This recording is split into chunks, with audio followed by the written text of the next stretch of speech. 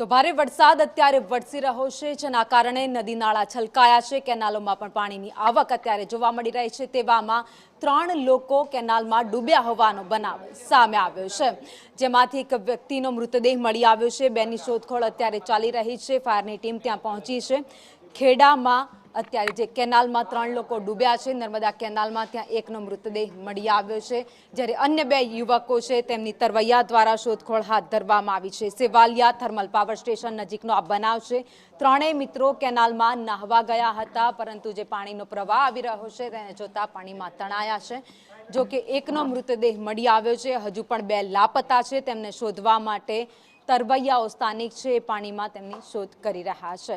જો કે હાલમાં નદી નાળા છલકાયા છે, પાણીની ભરપૂર આવક થઈ રહી છે, સતત અવિરત વરસાદ વરસી રહ્યો છે। તેવામાં કેનાલ નદી તેના પટમાં ન જવા માટે પણ ખાસ તંત્ર દ્વારા અપીલ કરવામાં આવી રહી છે। જ્યાં પાણીનો સતત પ્રવાહ વહી રહ્યો છે એ વિસ્તારોમાં પણ ન જવા માટે અપીલ કરવામાં આવી રહી છે। તેમ છતાં પણ કેટલાક લોકો એવા છે જે પાણીની મજા માણવા માટે અને પાણીની સામે લડવા માટે જતા હોય છે અને મોતને ભેટતા હોય છે। એવો જ બનાવ અહીંયા પણ જોવા મળ્યો છે।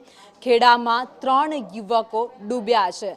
વધુ અપડેટ સાથે સંવાદદાતા કરુણેશ અમારી સાથે જોડાઈ ગયા છે। જી કરુણેશ।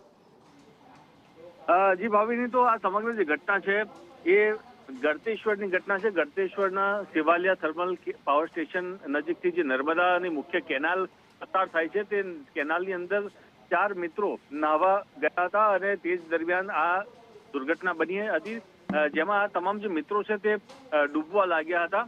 ત્યારે આ સમગ્ર ઘટનાને લઈને આસપાસના લોકો ત્યાં દોડી આવ્યા હતા અને જાણવા મળ્યું છે કે આ સમગ્ર ઘટનાની અંદર 3 લોકોના ડૂબવાથી મોત થયા છે। હાલ સેવાલિયા પોલીસ સ્ટાફ ત્યાં પહોંચી ગયો છે, તરવૈયાઓ પણ ત્યાં પહોંચી ગયા છે। તરવૈયાઓ દ્વારા એક લાશને બહાર કાઢવામાં આવી છે।